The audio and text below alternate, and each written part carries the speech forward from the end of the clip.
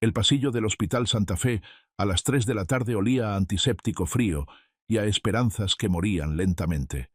Yo, Eduardo, con 70 años a cuestas y piernas que alguna vez vadearon toneladas de barro para construir la mitad de esta ciudad de Puebla, ahora sentía que mis rodillas temblaban como las de un niño. El doctor Rivera acababa de salir de la unidad de cuidados intensivos. Se quitó el cubrebocas, revelando el rostro demacrado de alguien que ha peleado demasiadas batallas desiguales. No me miró a los ojos de inmediato.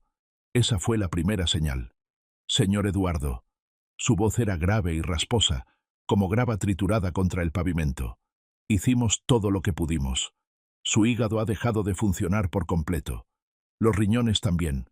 Escuché los latidos de mi corazón retumbando en mis oídos, ahogando el zumbido del aire acondicionado. ¿Cuánto tiempo, doctor? Máximum 72 horas.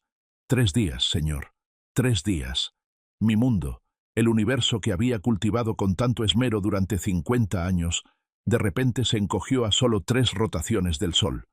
María, mi única hija, la joya de la corona de mi vida, estaba a punto de desvanecerse. Estuve a punto de desplomarme en las rígidas sillas de plástico del pasillo. Pero entonces vi a Ramiro. Ramiro, mi yerno, el esposo de María durante los últimos 30 años.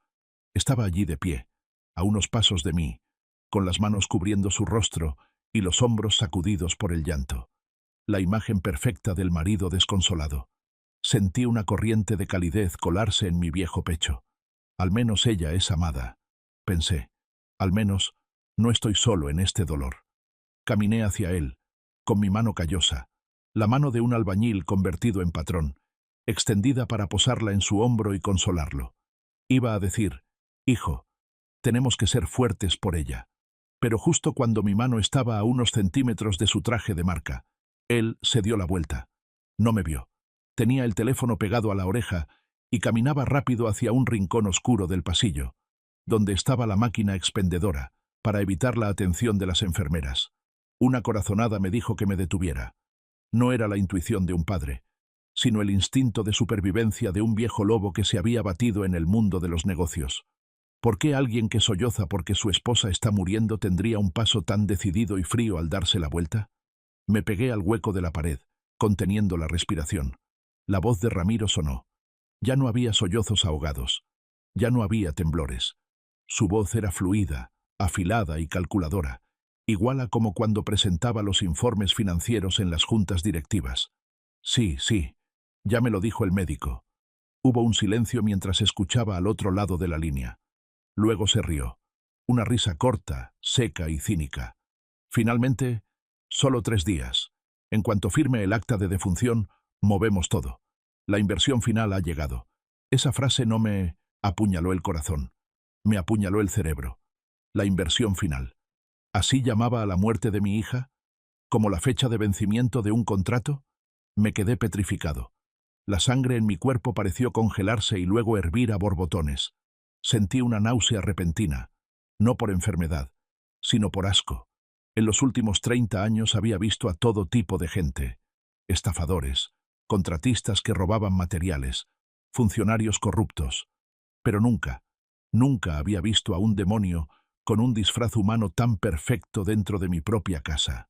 Continuó susurrando, con voz llena de euforia. No te preocupes por el viejo. Está destrozado.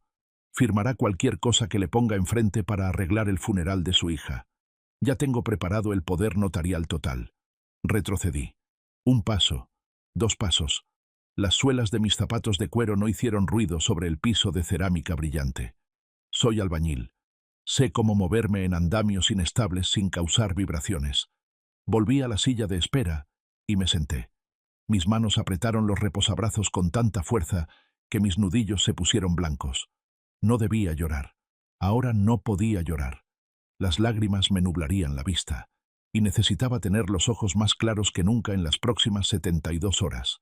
Antes de continuar, suscríbete al canal y cuéntanos desde dónde nos escuchas en los comentarios de abajo. 5 minutos después, Ramiro regresó. Si Hollywood necesitara un actor para el papel del marido más afligido del siglo, deberían contratar a mi yerno. Sus ojos estaban rojos. Me pregunté cómo lo hacía. ¿O acaso traía gotas para los ojos en el bolsillo? Su cabello estaba un poco despeinado y la corbata aflojada con un toque artístico. Se abalanzó hacia mí, cayendo de rodillas y apoyando la cabeza en mi regazo. «Papi Eduardo», sollozó, llamándome con ese apodo cariñoso que había usado durante 3 décadas. «No puedo vivir sin ella. ¿Por qué Dios es tan cruel? ¿Por qué no me lleva a mí en su lugar?» Miré la coronilla de su cabeza. El olor de su costoso perfume me golpeó la nariz, mezclado con el hedor a falsedad que solo yo podía oler. La ira quería estallar. Quería agarrarlo del pelo, estrellar su cabeza contra esa pared blanca y gritarle que lo había escuchado todo. Quería arrancarle esa máscara de hipocresía para que todos vieran la verdadera cara del buitre que esperaba comerse el cadáver. Pero yo soy Eduardo. Soy el hombre que construyó un imperio desde cero con paciencia. Esperé 5 años para comprar un terreno a buen precio. Conozco el valor de la espera. Si lo desenmascaraba ahora, lo negaría todo. Diría que estoy viejo y senil, paranoico por el dolor. Él es quien tiene los papeles, los libros contables, y peor aún, es el tutor legal de María mientras ella está en coma. Podría prohibirme verla en sus últimos momentos. Respiré hondo, tragándome el nudo amargo que tenía en la garganta. Puse mi mano en su hombro. Mi mano pesaba, pero traté de controlarla para que no se convirtiera en un agarre asfixiante. «Pareces cansado, mijo», dije, con la voz ronca, sonando como la preocupación de un viejo padre débil. «Levántate. María no querría verte así». Ramiro levantó la vista, mirándome con los ojos llenos de lágrimas. Por una fracción de segundo, vi su mirada escanear mi rostro como un escáner, buscando sospechas. Pero yo ya me había puesto mi propia máscara, la máscara de un viejo viudo, impotente y desesperado. «Papá», dijo con voz entrecortada, «descansa un poco. Ya llamé al abogado para preparar los trámites del hospital. No te preocupes por nada, yo me encargo de todo. Tú solo concéntrate en estar con María. Encargarse de todo. Querría decir encargarse de mis bienes». «Gracias, hijo», respondí, y vi cómo los músculos de su cara se relajaban un poco. Me había creído. Pensaba que la presa ya estaba en la trampa. «Descansa un poco», repetí. «Quiero entrar a verla un momento. A solas». Ramiro asintió rápidamente, ayudándome a levantarme. Su amabilidad me puso la piel de gallina. «Sí, papá. Entra. Yo iré por un poco de café. Necesito estar despierto para arreglar las cosas». Se dio la vuelta. Esta vez, miré su espalda, y ya no vi a mi yerno. Vi a un enemigo. El enemigo más peligroso al que me había enfrentado jamás, porque había dormido bajo mi techo durante 30 años, alimentado con mi propia sangre y mi dinero. Crié cuervos. Y ahora, ese cuervo quería sacarme los ojos para quedarse con el nido. La habitación de María estaba sumida en una luz azul pálida y tenue que emitían los equipos médicos. El sonido del respirador era constante. Is, pf, his, pf. El sonido que mantenía la vida, pero que también era una cuenta regresiva. Mi hija yacía allí, dolorosamente pequeña entre la maraña de cables. Su rostro, que solía tener una sonrisa radiante idéntica a la de su madre, ahora estaba pálido y demacrado. Sus ojos estaban cerrados. Arrastré la silla y me senté junto a la cama, tomando su mano helada. Esta mano, que un día fue diminuta y cabía en la palma de mi mano llena de cemento, ahora estaba huesuda, con las venas azules marcadas. «María», susurré en español, el idioma con el que su madre solía arrullarla. «Mi niña». Las lágrimas brotaron. Esta vez eran reales. El dolor me desgarraba el alma. Estaba a punto de perderla. No había milagros. El doctor lo había dicho, y Ramiro, el que esperaba su muerte, también lo había confirmado. Apoyé la cabeza en el borde de la cama, llorando a sollozos. Lloraba por el destino tan corto de mi hija. Lloraba por mi propia soledad. Pero entonces, entre los sollozos, la voz de Ramiro resonó en mi cabeza. La inversión final ha llegado. La ira regresó, esta vez no explosiva, sino fría como el hielo. Se filtró en cada célula, congelando mis lágrimas. Levanté la cabeza y miré el rostro inmóvil de María. «Perdóname», susurré. «Perdóname por haber estado ciego. Dejé que vivieras con un demonio todos estos años sin darme cuenta. Quizás tú también lo sabías, ¿verdad, hija mía? ¿Quizás lo aguantaste para protegerme? Miré el monitor cardíaco. Las ondas verdes subían y bajaban débilmente. Tenía dos opciones. Una era pasar las 72 horas restantes llorando, hundiéndome en el dolor, y luego dejar que Ramiro despedazara el legado que construí para María. Se llevaría mi dinero, se reiría sobre la tumba de mi hija y usaría ese dinero para mantener a sus amantes, comprar autos nuevos y vivir una vida de rey sobre la tumba de su esposa. La segunda era convertir este dolor en un arma. Me sequé las lágrimas. Un gesto decidido. Me miré las manos. Estas manos que una vez doblaron varillas de acero de media pulgada cuando era joven. Ahora, la piel estaba arrugada y manchada por la edad, pero los huesos seguían siendo duros. Tenía 3 días. 3 días. En los negocios, 3 días son suficientes para derrumbar una corporación, suficientes para voltear el tablero, suficientes para convertir a un millonario en un mendigo. Me levanté, me incliné y besé la frente de María. No morirás en la humillación, hija, le dije a ella, pero también fue un juramento para mí mismo. ¿Te ve como una inversión? Está bien. Papá le va a enseñar lo que es el riesgo de mercado. Miré hacia el techo, donde creía que Dios me observaba. Bendito sea Dios, que me dio estos 3 días extra. No eran 3 días para decir adiós. Eran 3 días para prepararme para la guerra. María se iría en paz, pero Ramiro se iría en la ruina. Me senté en el sofá en la esquina de la habitación, sin quitarle los ojos de encima a María, pero mi mente viajó al pasado. Para derrotar al enemigo, tenía que recordar cómo dejé que se colara en la fortaleza. Yo, Eduardo Castillo, no nací en cuna de oro. Recuerdo mi primer día como ayudante de albañil a los 15 años. Zapatos rotos, el estómago vacío y el sol de México quemándome la espalda. Mezclaba mortero, cargaba ladrillos, con las manos sangrando por los cortes de la grava. Los albañiles viejos se burlaban de mí. Este chamaco va a renunciar en una semana. Pero no renuncié. Trabajé el doble que ellos. Por las noches, cuando ellos bebían, yo aprendía a leer planos. Aprendía a calcular materiales. Aprendía a manejar gente. 10 años después, tenía mi propia constructora.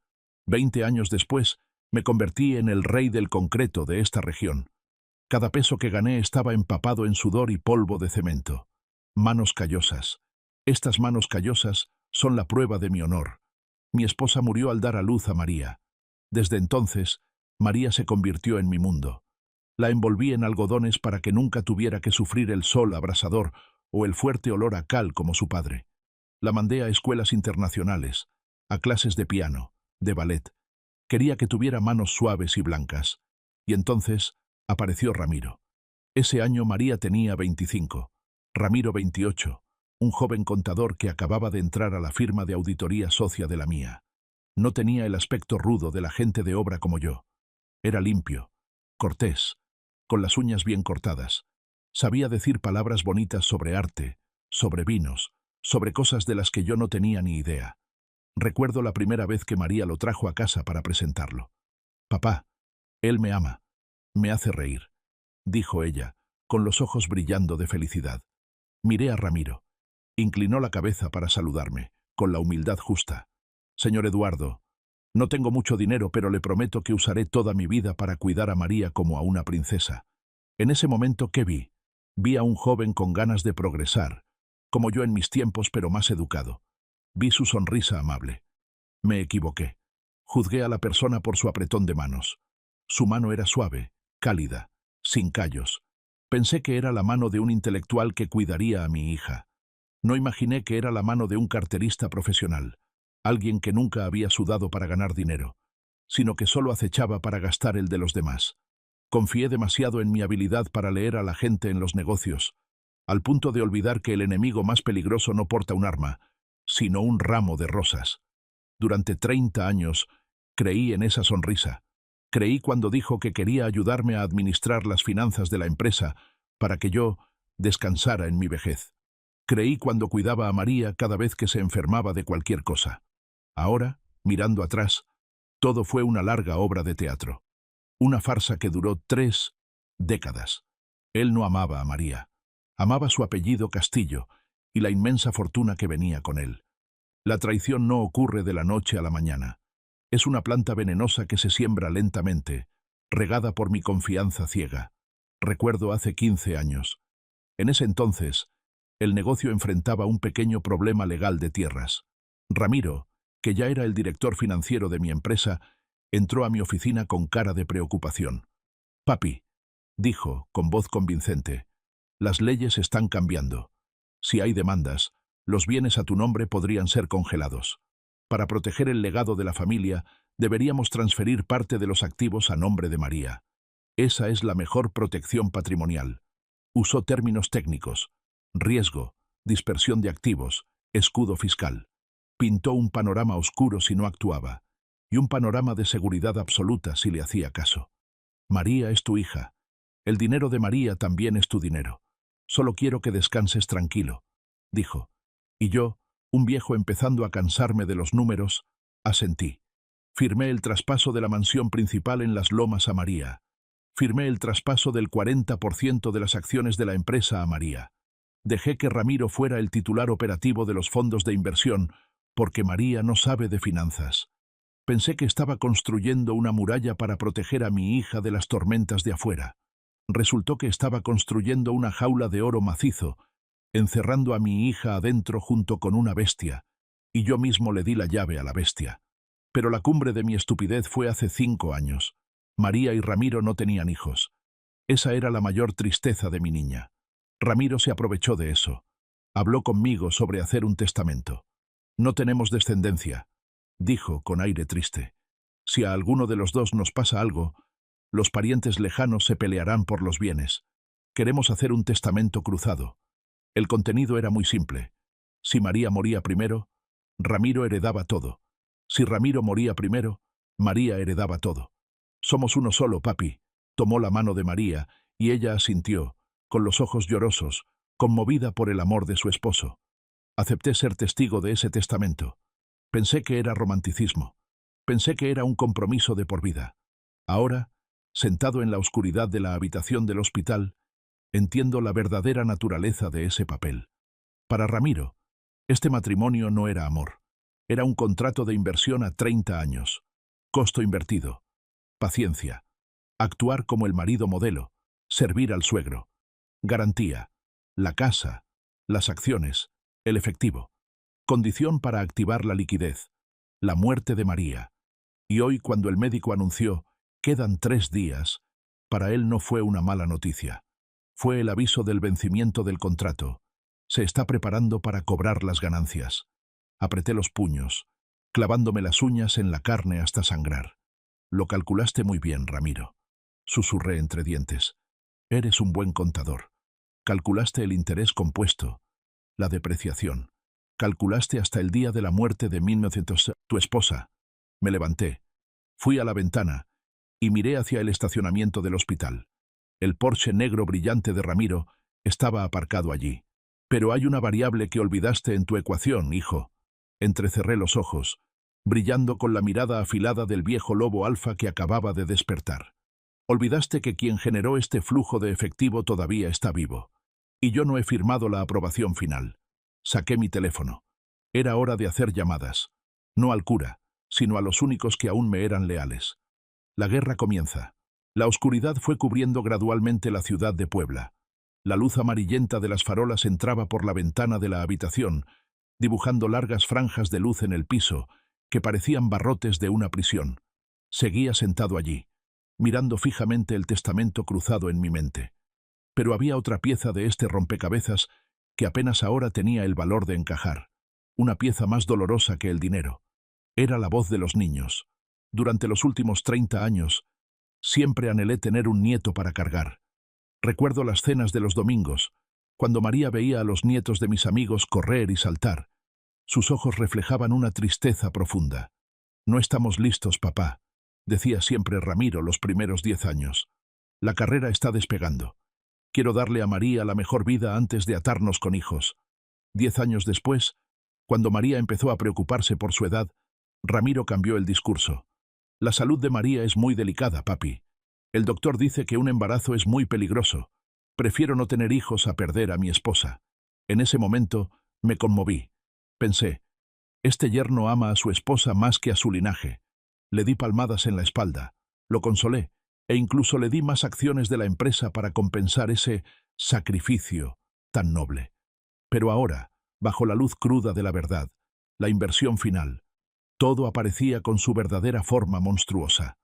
Ramiro no quería tener hijos, no por la salud de María. No quería tener hijos porque un niño sería el heredero legítimo. Si María tuviera hijos, los bienes se dividirían con el niño según las leyes de México, sin importar lo que dijera el testamento. Su poder se dividiría.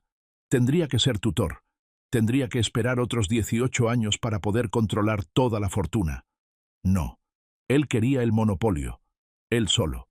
Esterilizó este matrimonio desde el principio.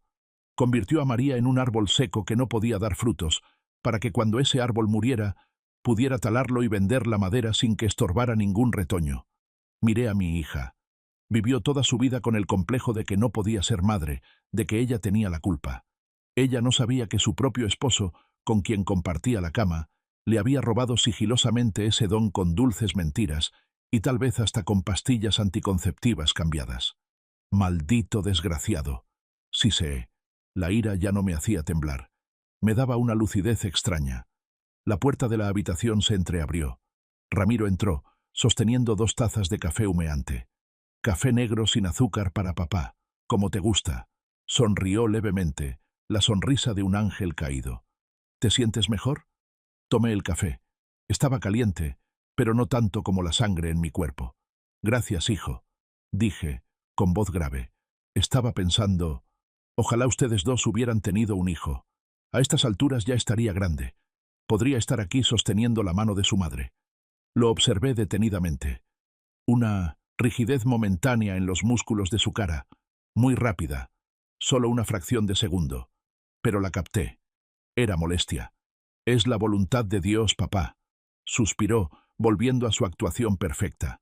Pero yo viviré por los hijos y nietos que no tuvimos para cuidar el legado de nuestra familia. Legado. Volvió a mencionar el legado. Así es. Tomé un sorbo del café amargo. El legado necesita a alguien digno que lo sostenga. Me levanté. Necesito ir a casa a bañarme y traer algo de ropa. Volveré en 2 horas.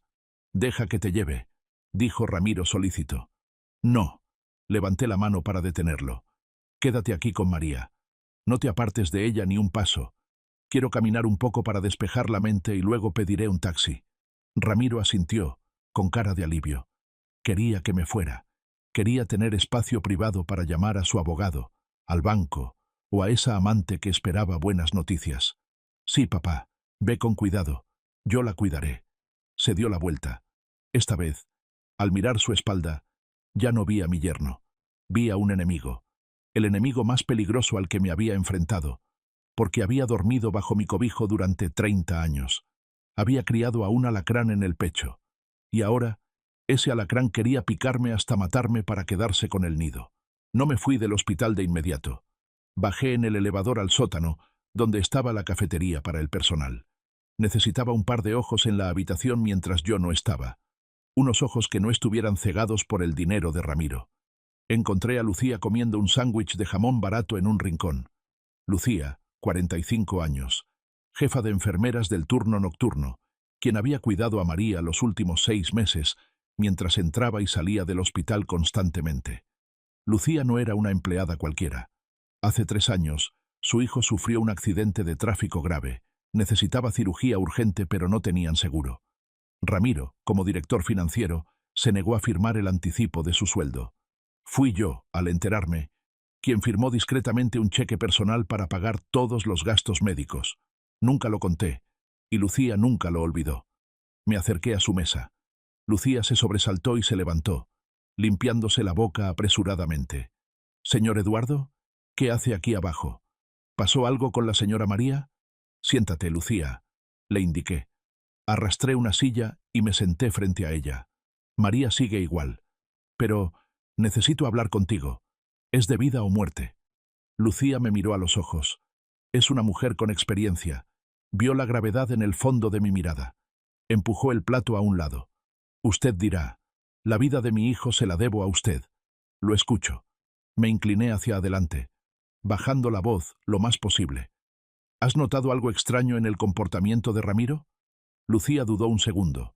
Luego asintió con decisión. Para ser honesta con usted, él actúa muy bien frente a los médicos. Pero cuando solo estamos nosotras las enfermeras, es muy frío. Ayer, al cambiar las sábanas, vi que estaba revisando un catálogo de bienes raíces en su iPad mientras sostenía la mano de la señora. Incluso estaba silbando. Silbando. Reí con amargura. ¡Qué alegría!, ¿no? Respiré hondo. Lucía, él está esperando que María muera para quedarse con todo. Dijo que solo faltan 3 días para el día de la cosecha. Lucía se quedó boquiabierta, llevándose la mano a la boca. La indignación estalló en los ojos de esta madre soltera. Maldito desgraciado. Maldito buitre. La señora es tan buena. Necesito tu ayuda, Lucía. ¿Qué quiere que haga? ¿Echarlo de la habitación? ¿O inyectarle una dosis de somnífero? No. Negué con la cabeza. Necesito que seas una espía. Necesito que estés en esa habitación cada vez que yo no esté. Escucha todas las llamadas que haga. Fíjate si obliga a María a firmar algún papel mientras delira. Y lo más importante, saqué del bolsillo de mi saco una llave de repuesto de mi mansión. Cuando termine tu turno mañana por la mañana, en lugar de ir a casa, necesito que vayas a la mía. Entra a mi despacho, toma una carpeta azul que está en el fondo de la caja fuerte.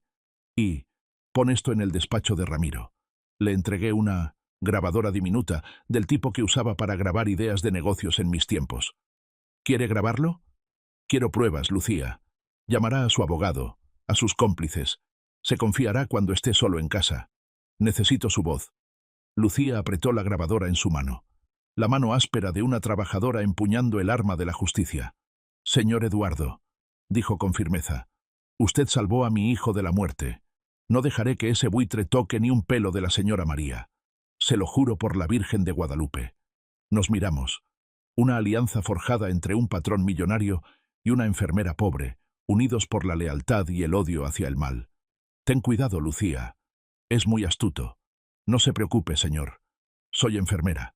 Sé cómo moverme suavemente y poner inyecciones dolorosas sin que el paciente se dé cuenta. Al salir del hospital, no fui a casa.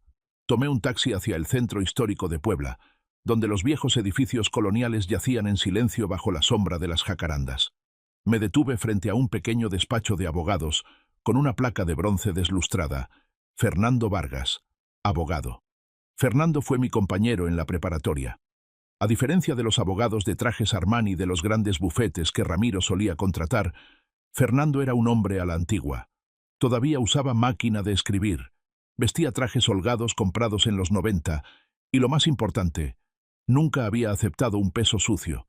Precisamente por esa integridad y conservadurismo, Fernando no era rico, pero era el único en quien podía confiar mi vida en este momento. Necesitaba a alguien no contaminado. Toqué la puerta. Eran las 10 de la noche. Fernando abrió, con los lentes de lectura caídos sobre la nariz y un grueso libro de leyes en la mano. «Eduardo, ¿qué haces aquí a estas horas? ¿No está María?» Se detuvo al ver mi cara. «Déjame entrar, Fernando. Necesito un abogado. Ahora mismo». 5 minutos después, en una habitación llena de olor a papel viejo y tabaco, le conté todo a Fernando. Desde la frase en el pasillo, el plan de los 3 días, hasta la verdadera cara de Ramiro. Fernando escuchó sin interrumpir. Encendió un cigarrillo. El humo flotaba como pensamientos enredados. Cuando terminé, golpeó la mesa con fuerza, levantando polvo. ¡Maldito mocoso! Hacía tiempo que sospechaba de la forma en que miraba los informes financieros más que a su esposa, pero no me atreví a decir nada por miedo a que te enojaras. Ahora no es momento para decir, te lo dije, Fernando. Necesito saber, legalmente, dónde estoy parado. Fernando apagó el cigarrillo y sacó un bloc de notas. Estás en una posición muy débil, Eduardo. El testamento cruzado de hace 5 años es legal. El poder de tutela también es legal. Si María muere mañana, por ley, Ramiro hereda el 100% de los bienes comunes y la mayor parte de los bienes propios de ella. ¿Hay alguna otra manera? Solo hay una única forma. Un nuevo testamento. Fernando me miró directo a los ojos. María debe firmar un nuevo testamento, revocando todos los anteriores. Pero el problema es, ¿está ella lo suficientemente lúcida para firmar? Si firma en estado de delirio, Ramiro alegará que el testamento es inválido. Tiene momentos de lucidez, Fernando. Muy breves, pero los tiene. Entonces necesitamos tener el documento listo. Solo se necesita una firma y 2 testigos independientes, tú y Lucía, por ejemplo. En el momento exacto en que abra los ojos, tenemos que actuar. Pero hay algo más. Dudé. Esta era mi carta de triunfo. Fernando, ¿recuerdas el terreno en el sur de la ciudad? ¿Ese pantano que compré hace 30 años? Fernando entrecerró los ojos. ¿Ese lugar donde el diablo perdió el poncho que compraste para criar patos y fracasaste? ¿El pantano? Exacto. Ramiro sabe de él. Siempre lo llama el error más estúpido de Eduardo. Nunca se molestó en incluirlo en la cartera de activos de la empresa porque pensaba que no valía nada. Ni siquiera se molestó en pagar el impuesto predial. Yo lo sigo pagando con mi dinero personal. Sonreí, una sonrisa fría. Pero las escrituras originales, la escritura pública, todavía están en una caja vieja que yo guardo. Y lo más importante, lo compré a nombre de María, antes de que se casara. Los ojos de Fernando se iluminaron. Él es abogado. Entendió el punto de inmediato. Bien adquirido antes del matrimonio. Si no hay capitulaciones de sociedad conyugal, es un bien propio. Exacto. Y Ramiro lo desprecia tanto que olvidó su existencia en los documentos legales. Piensa que es basura. Eduardo. Fernando se inclinó hacia adelante. ¿Sabes qué hay en esa zona ahora? Lo sé. Pero necesito que tú confirmes la cifra exacta. Fernando agarró el teléfono y llamó a un conocido en desarrollo urbano, sin importarle la hora. Mientras Fernando buscaba la información, me recosté en el viejo sillón de cuero y cerré los ojos. Los recuerdos me llevaron 30 años atrás. En aquel entonces, yo acababa de empezar a tener éxito. Un viejo campesino me rogó que le comprara 50 hectáreas de humedales en las afueras de Puebla. Nadie quería comprar eso. Agua salitrosa, maleza que crecía más alta que una persona. Pero yo, con ojo de constructor, vi que su ubicación estaba justo en el eje de la carretera que planeaban ampliar hacia el puerto. Lo compré a precio de ganga, considerándolo una caridad para el viejo. Se lo regalé a María en su cumpleaños número 18. Esto es para tu futuro, le dije. María hizo un puchero en ese momento. ¿Me regalas un pantano, papá? Más tarde, cuando Ramiro se casó con María, examinó ese terreno. Contrató a un perito, un compañero de borrachera suyo, para verlo. El perito dictaminó: rehabilitar este terreno costaría una millonada. Nadie lo compraría. Mejor déjalo ahí tirado. Ramiro se burló de mí en una cena familiar. Papi, a veces la visión de la vieja generación también falla. Ese terreno es un pasivo, no un activo. Me quedé callado. No discutí. Yo sabía algo que él no. La planificación urbana cambia en ciclos de 20 años. Y yo soy paciente. Guardé las escrituras en una vieja caja de hojalata, una caja de galletas que a mi esposa le gustaba mucho. La guardé en el fondo de la caja fuerte en la casa vieja, y cuando nos mudamos a la mansión, la llevé conmigo, pero la arrumbé en un rincón del almacén, donde guardaba los recuerdos sin valor. Ramiro es un codicioso de la fama. Solo le importa lo que brilla. Acciones, mansiones en el centro, autos, oro. Nunca hurgaría en el almacén polvoriento que guarda álbumes de fotos viejos y juguetes de la infancia de María. Ese fue su error mortal, la arrogancia. ¡Eduardo! La voz de Fernando me trajo de vuelta a la realidad. Fernando miraba la pantalla de la computadora, con la cara pálida y las manos temblorosas, sosteniendo una nota de papel.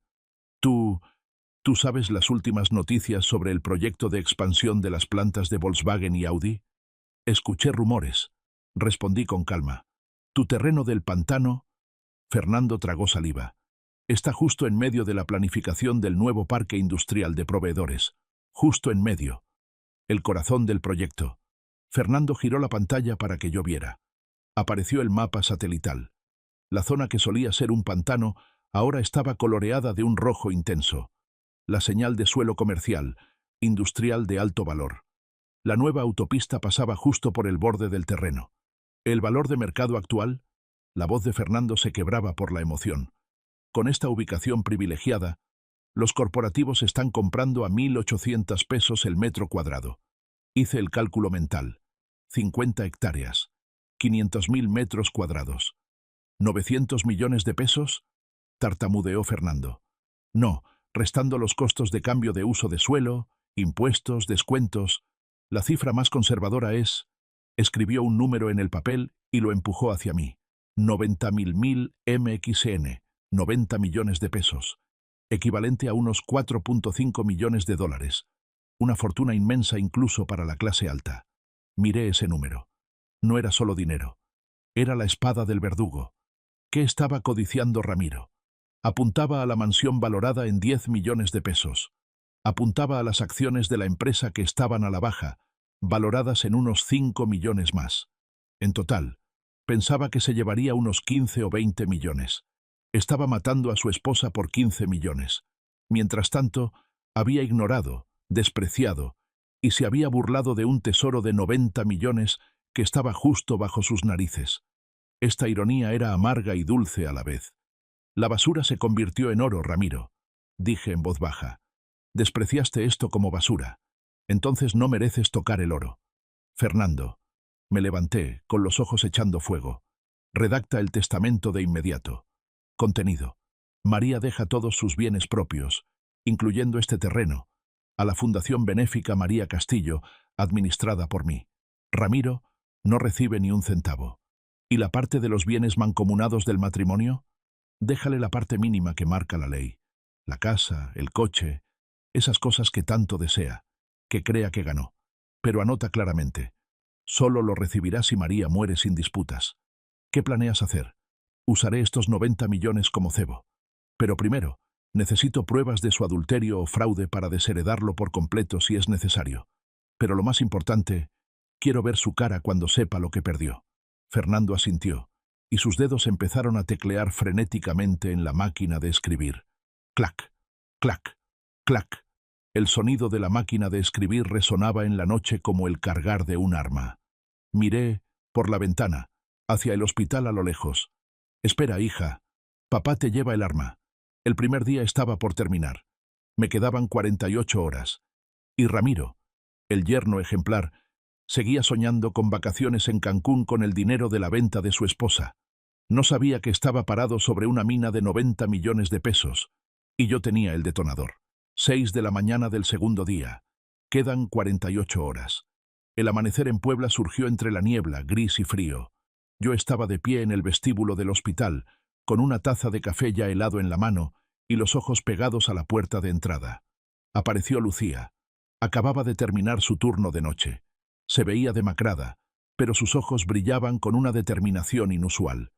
No se dirigió a la parada del autobús como todos los días. Fue directo al estacionamiento, donde yo le había entregado discretamente las llaves de mi vieja camioneta, esa que Ramiro nunca se dignaba a mirar.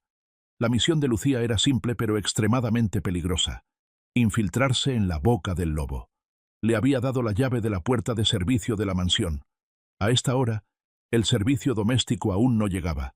Ramiro seguía en el hospital conmigo, interpretando el papel de marido ejemplar que se queda dormido junto a la cama de su esposa. «Ten cuidado, Lucía», murmuré, aunque ella no podía oírme. «Solo ponla en el lugar correcto». Mi plan se basaba en un hábito arraigado de Ramiro. Estaba obsesionado con la privacidad. Tenía un despacho insonorizado en el segundo piso, al que llamaba su santuario.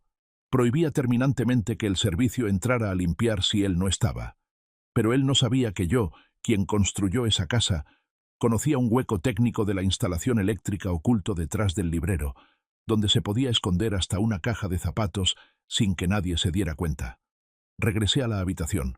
Ramiro se estaba estirando, fingiendo bostezar con un cansancio exagerado. «Buenos días, papá», dijo con voz ronca. La noche se hizo larga. «¿Pudiste dormir algo?» «No», respondí. Mi cansancio también era real. «Estoy viejo, me duelen los huesos. Necesito ir a casa por mis medicinas y unos papeles del seguro de María». Ramiro frunció el ceño. «¿Vas a ir solo o quieres que te lleve?» Este era el momento decisivo.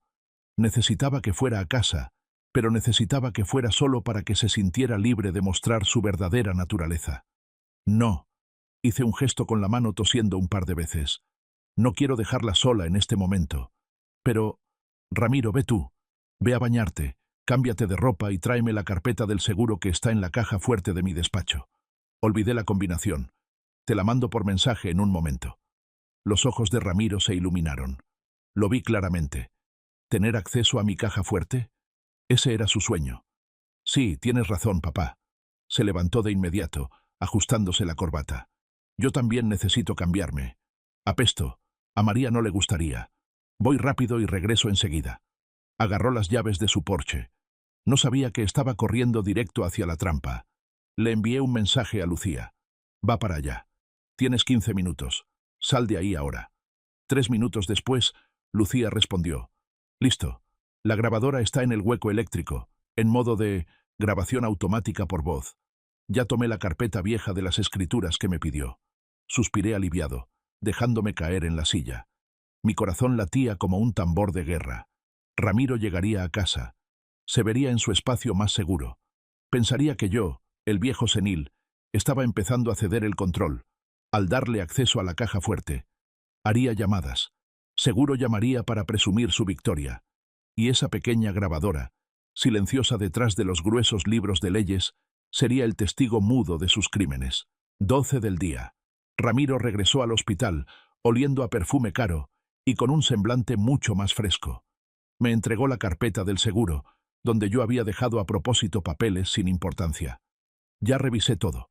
Parece que todo está en orden, papá, dijo. Gracias, hijo. La tomé. Ahora quédate aquí. Iré a comer algo con el abogado Fernando. Quiere discutir algunos trámites. Ramiro no sospechó nada. Incluso me animó. Sí, papá, ve. Fernando es muy cuidadoso. Deja que él se encargue. Me reuní con Lucía en una cafetería discreta a 2 cuadras del hospital. Me entregó la grabadora Sony negra. Le temblaban las manos. Señor Eduardo, susurró con el rostro pálido. Escuché un fragmento en el camino. Es más horrible de lo que pensamos. Tomé el aparato. Se sentía helado en mi mano. Me puse los auriculares y presioné play. Ruido estático. Pasos sobre piso de madera. El sonido de licor sirviéndose.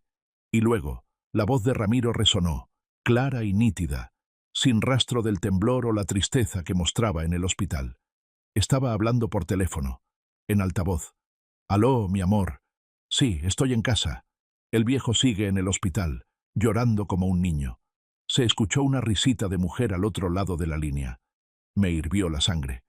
«¿Cómo va todo? ¿Cuándo se termina el asunto?», preguntó la amante. «El médico dice que máximo 48 horas más. El hígado ya colapsó. Pobre María», dijo con tono sarcástico. «Es la esposa perfecta, ¿sabes? Obediente, firma todo sin preguntar, y lo más importante, se muere justo a tiempo». Cerré los ojos. Sentí como si alguien me clavara un cuchillo en el corazón y lo retorciera. Esposa perfecta, porque se muere a tiempo. Continuó. Esta mañana el viejo me pidió abrir la caja fuerte. Eché un vistazo al inventario de activos. Es una mina de oro. Acciones, efectivo y esta mansión. Justo después del funeral, meteré al viejo en un asilo de lujo. No vivirá mucho cuando su hija muera. Después de eso, todo será nuestro. «¿Y qué hay de ese terreno en las afueras que me contaste?», preguntó la otra. Ramiro soltó una carcajada. La risa resonó en el despacho, y ahora retumbaba en mis oídos como un trueno. «Ah, ese pantano... ¿El pantano? Basura. Lo malvenderé a unos granjeros de patos para sacar efectivo rápido y comprarte tu coche nuevo. No te preocupes, no soy tan estúpido como el viejo. Yo sé diferenciar un activo de un pasivo. Mis 30 años de inversión están a punto de dar frutos». Apagué la grabadora. No podía escuchar más. Suficiente. Era más que suficiente. Las lágrimas rodaron por mis mejillas, pero no eran de tristeza. Eran lágrimas de liberación. Me había atormentado pensando si era demasiado desconfiado, si estaba convirtiendo mi dolor en paranoia. Pero ahora, esta grabadora era la sentencia de muerte para mi conciencia. Ya no era su suegro. Era su verdugo. «Gracias, Lucía», dije, con una calma aterradora. «Has salvado a mi familia una vez más». Guardé el aparato en el bolsillo interior de mi saco, justo sobre el lado izquierdo del pecho. Quemaba como una brasa, incinerando cualquier rastro de piedad que quedara en mí. «Ahora volvamos al hospital. La función está a punto de terminar. 3 de la mañana del tercer día. Quedan 24 horas. El hospital estaba sumido en un silencio mortal. Solo se oía el bip-bip rítmico del monitor. Ramiro se había quedado dormido en el sofá del rincón, roncando suavemente. Estaba agotado de actuar todo el día. Fernando, que había entrado a escondidas por la puerta de servicio del personal médico, gracias a Lucía, y yo estábamos junto a la cama. María se movió. El doctor Rivera me había hablado del fenómeno de la lucidez terminal. Ese breve momento en que una persona moribunda recupera repentinamente la consciencia, como una vela que se aviva antes de apagarse. Yo había rezado por este momento. Los ojos de María se entreabrieron. Esos ojos marrones y grandes, antes vivaces, ahora estaban nublados, pero enfocaron. Me vio. Papá. El susurro era tan leve como un suspiro. Apreté su mano. Aquí estoy, hija. Aquí estoy. Ramiro seguía roncando. Estaba tan confiado, despreciaba tanto la vida y muerte de su esposa, que dormía profundamente. Me duele. Lo sé, lo sé. Le acaricié el cabello, llorando sin consuelo. María, escúchame. No tenemos mucho tiempo. Ramiro, él no es quien tú crees. María parpadeó. Una lágrima rodó desde la comisura de su ojo. Y entonces dijo algo que me dejó helado. Una frase que probaba que mi hija no era tonta, solo resignada. Lo sé, papá, lo sé. Me quedé estupefacto. ¿Lo sabes? Sé que tiene a otra desde hace tiempo, dijo María con dificultad, palabra por palabra. Pero yo tenía miedo a la soledad, tenía miedo de decepcionarte, por tener un matrimonio fracasado. Perdóname. Dios mío. ¿Mi niña había soportado la traición en silencio todos estos años solo por miedo a entristecerme? ¿Qué presión había puesto sobre ella? ¿Había construido una imagen tan perfecta que mi hija no se atrevía a admitir su fracaso? No, mi niña tonta. Yo soy el culpable. Yo metí al lobo en la casa, dije con la voz quebrada. Pero ahora voy a echarlo. ¿Quieres eso? ¿Quieres proteger lo que es tuyo para que no caiga en manos de él y de esa mujer? María me miró, y luego miró a Ramiro durmiendo. En sus ojos ya no había amor, solo cansancio y un poco de desprecio tardío. Libérame, papá. No dejes que él se ría sobre mi tumba. Asentí, haciéndole una seña a Fernando. Él colocó suavemente la carpeta sobre la mesa auxiliar y la acercó a la mano de María. María, dijo Fernando en voz baja, este es un nuevo testamento. Dejas todos tus bienes propios, incluyendo el terreno de 90 millones de pesos, a una fundación benéfica. Ramiro no tendrá poder de decisión. ¿Estás de acuerdo? Estoy de acuerdo. La ayudé a incorporarse un poco. Lucía sostuvo el papel. La mano de María temblaba al sostener la pluma. Estaba débil, pero toda su voluntad se concentraba en la punta de ese bolígrafo. María Castillo. La firma salió garabateada, torcida, no tan bonita como su caligrafía de antes, pero fue la firma más hermosa y poderosa que jamás había visto. Era la firma de la libertad. Justo al terminar el último trazo, María soltó la pluma sobre las sábanas. Exhaló, como si se hubiera quitado un peso de 1000 toneladas de encima. Protege todo, papá, susurró, y volvió a sumirse en el coma. Fernando retiró rápidamente el documento y firmó como testigo. Lucía también firmó, y yo firmé. 3 firmas rodeando la de María como un círculo de protección. Fernando guardó la carpeta en su maletín, asintió y desapareció silenciosamente en la oscuridad como un fantasma. Recosté a María y besé su frente. Descansa, hija. Lo hiciste muy bien. Ahora deja que papá se encargue del resto. Regresé a mi silla, mirando a Ramiro que seguía roncando. Duerme, querido yerno. Disfruta del último sueño tranquilo de tu vida, porque cuando despiertes, se abrirán las puertas del infierno. 9 de la mañana del 4.º día. El último día. El ambiente en la habitación estaba tenso como la cuerda de un violín. Los signos vitales de María iban disminuyendo. El doctor Rivera dijo que solo quedaban unas horas. Ramiro ya se había despertado. Se bañó en el baño del hospital y se arregló impecablemente. Se preparaba para el papel más importante de su vida. El viudo desconsolado. Yo estaba junto a la ventana, mirando la ciudad. Ramiro, llamé sin voltear. ¿Sí, papá? Esta tarde, justo después de que todo termine, quiero hablar contigo. Sobre el futuro. Ramiro se detuvo un momento, y luego su voz no pudo ocultar el júbilo. Sí, Claro que sí, papá. Tenemos que hablar del funeral. Y también de la administración de los bienes. Tú tranquilo, ya tengo un plan. No. Me di la vuelta, mirándolo directo a los ojos. Mi mirada ya no era la de un viejo dolido. Era fría y directa. No del funeral. Quiero hablar de la herencia.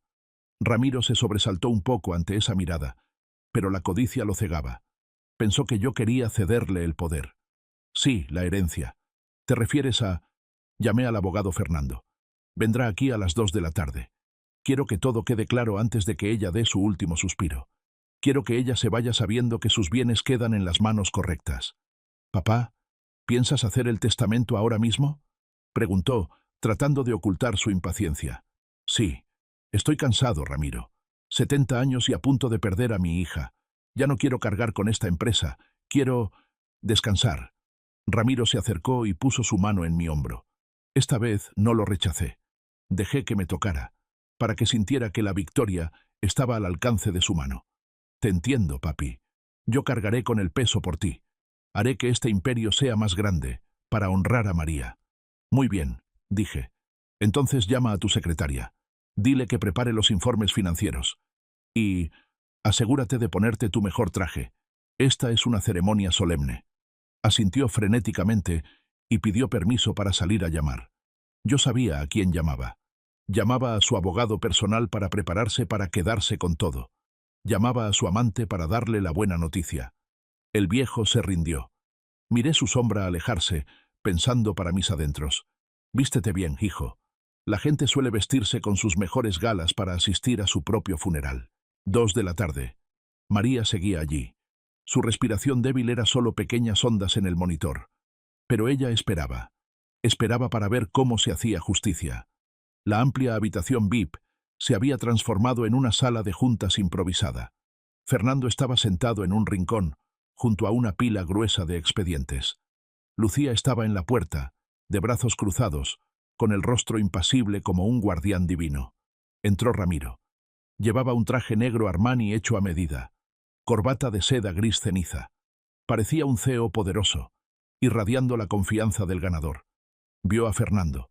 Asintió con un saludo protocolario y fue directo a la cama de María. Le tomó la mano y la besó suavemente. «Mi amor, aquí estoy», dijo, con voz temblorosa y emotiva. «Papá y yo estamos arreglando nuestro futuro». Yo estaba sentado en el sillón de enfrente, jugando con mi viejo reloj de bolsillo, un objeto inseparable desde mis inicios. «Siéntate, Ramiro», ordené. Mi voz no fue fuerte, pero tenía la autoridad de una orden irrefutable. Ramiro se sentó en la silla frente a mí. Entre nosotros estaba la mesita donde el reloj hacía tic-tac, tic-tac. El abogado Fernando ya me comentó sobre la situación financiera. Empezó él, queriendo tomar la iniciativa.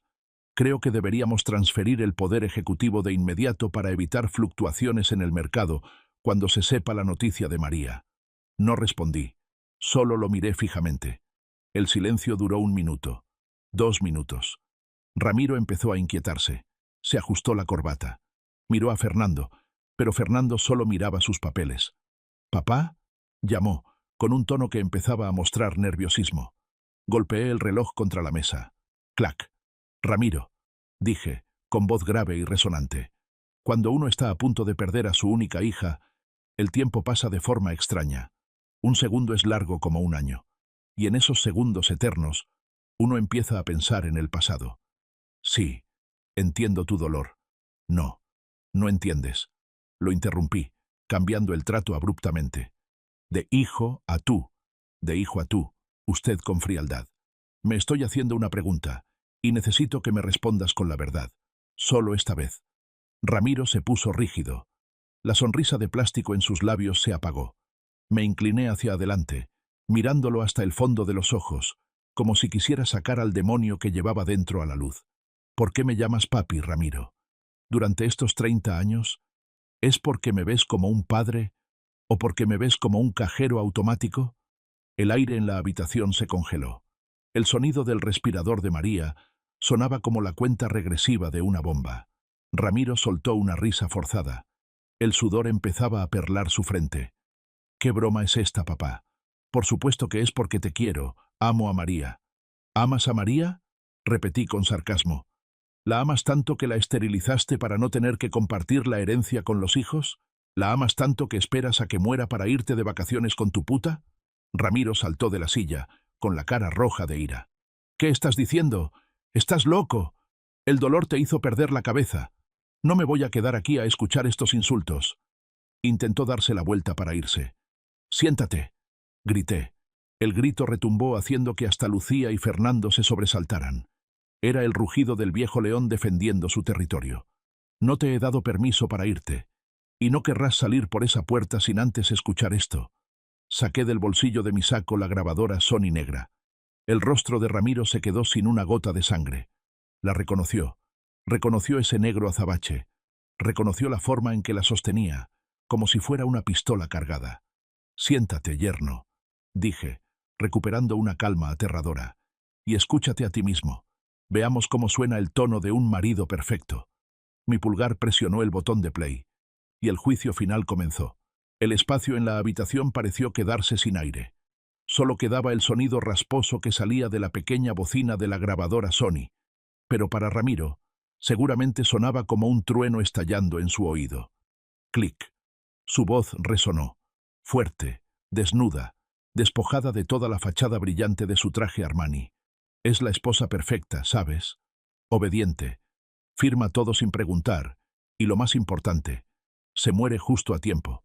Ramiro se quedó petrificado en la silla. Su rostro pasó del rojo furioso al blanco pálido, y luego a un gris ceniza. Sus ojos se abrieron desmesuradamente, con las pupilas contraídas por el terror.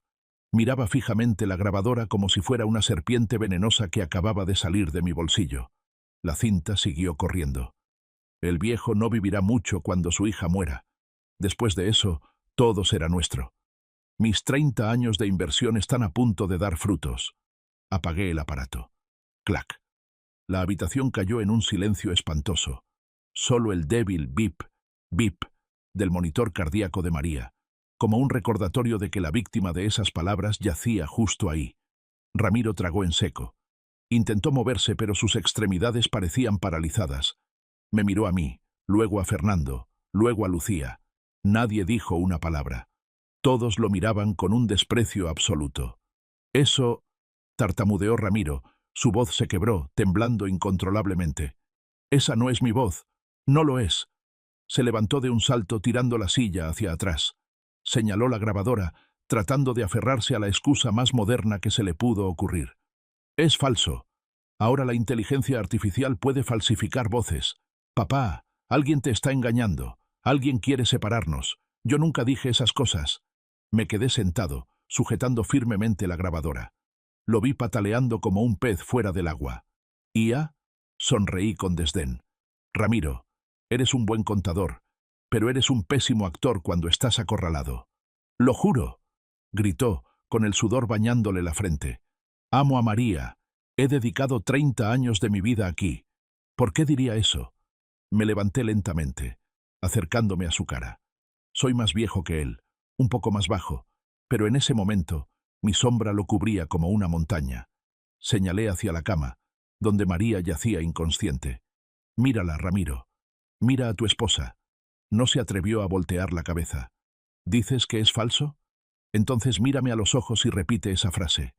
Gruñí. 30 años, Ramiro.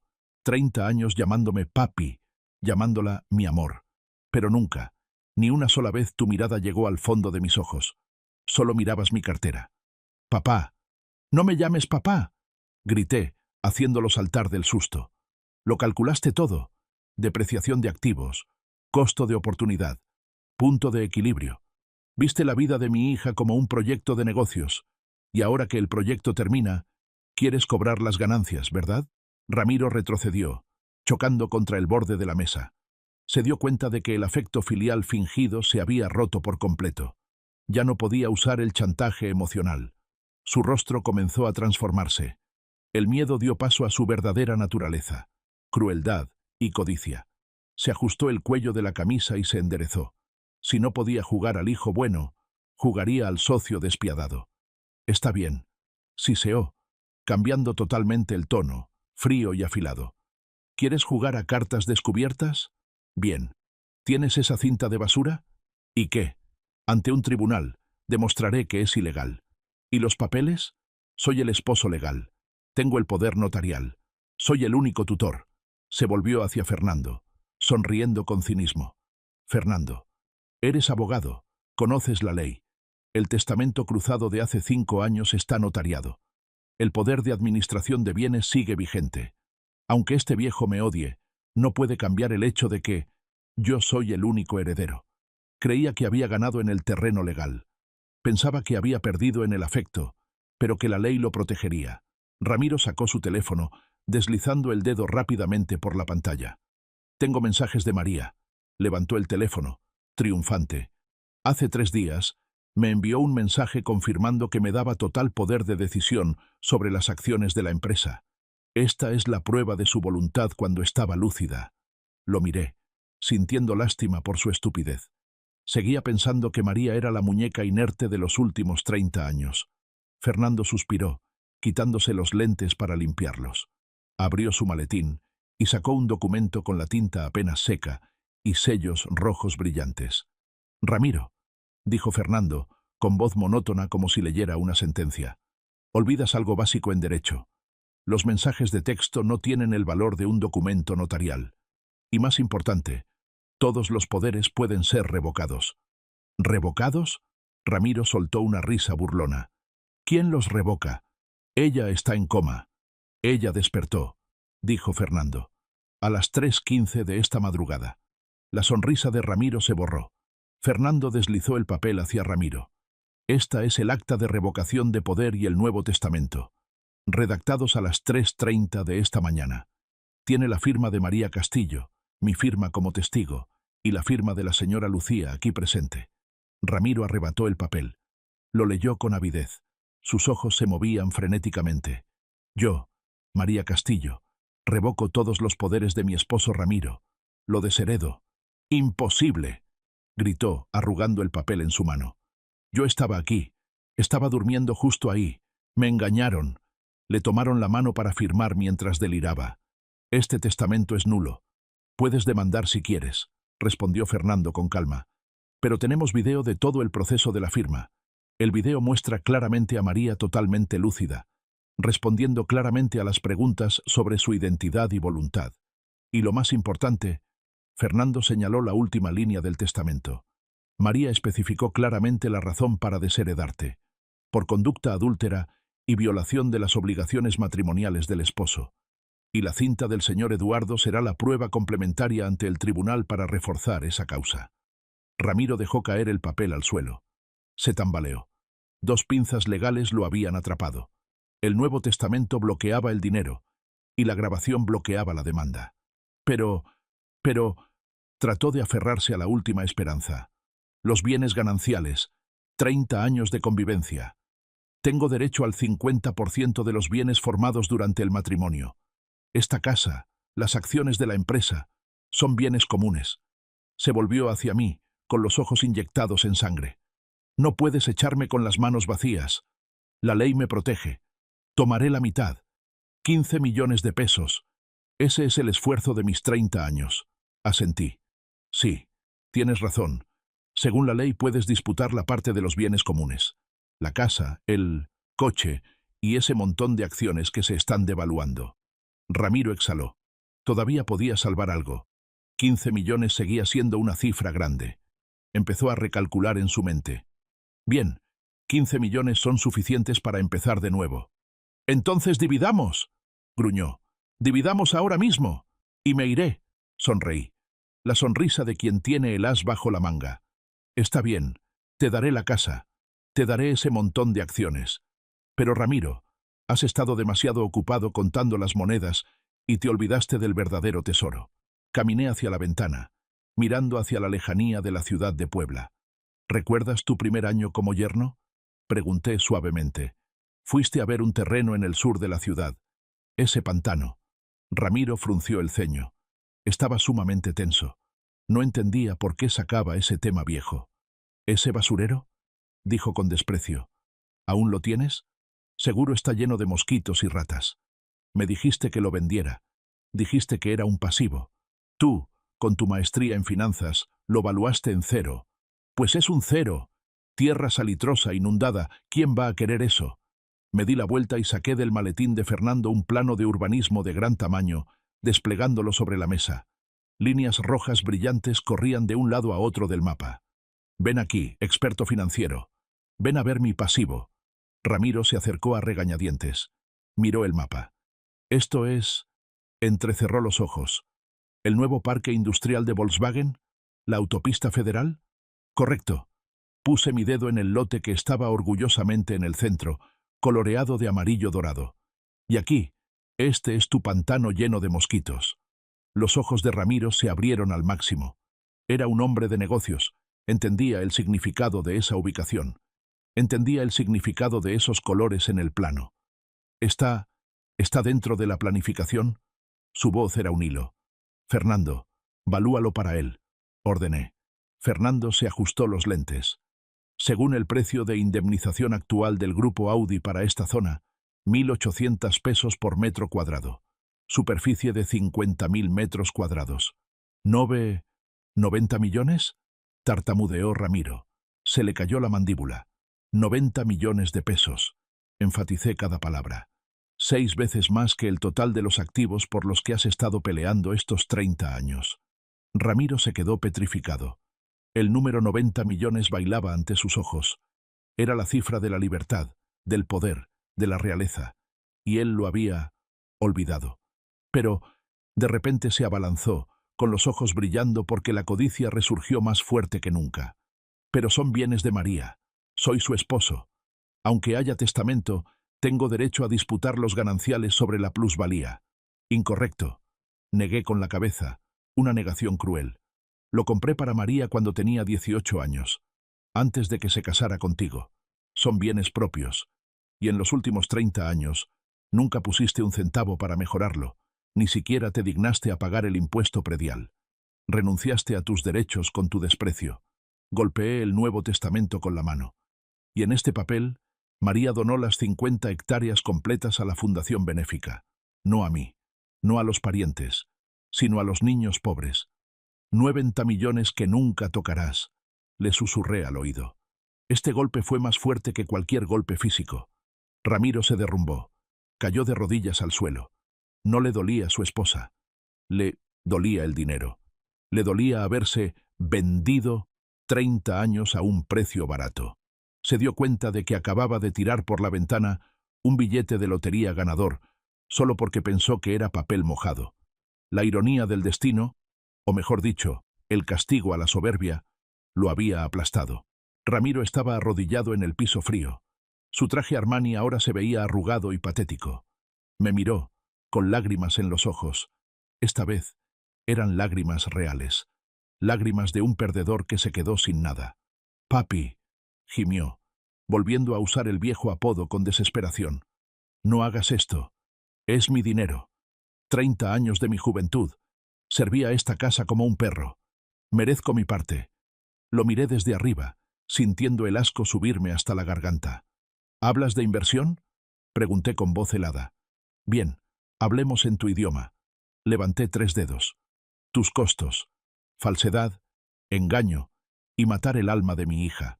Tu ganancia esperada. 15 millones de pesos. Tu realidad. Una demanda de divorcio unilateral y las costas del juicio». Me agaché, mirándolo directo a la cara. «Tu retorno de inversión es 0, Ramiro. 0. Ramiro intentó aferrarse a la valenciana de mi pantalón. «Dame una oportunidad. Voy a cambiar. Te voy a cuidar». Pateé para quitarme su mano. «Lucía», ordené, «abre la puerta». Lucía, que había permanecido en silencio como una estatua de la justicia, caminó rápido y abrió la puerta de la habitación de par en par. El pasillo afuera estaba desierto. Solo se oía el viento soplar. «Fuera de aquí», señalé la salida. «Ahora mismo». «Pero María», volteó a ver hacia la cama. «Ella todavía no ensucies el aire que ella respira», rugí, perdiendo la calma por primera vez. «No mereces verle la cara por última vez. No mereces tomarle la mano cuando dé su último suspiro. Eres solo un parásito, y el huésped ya murió». «¡Seguridad!», grité fuerte.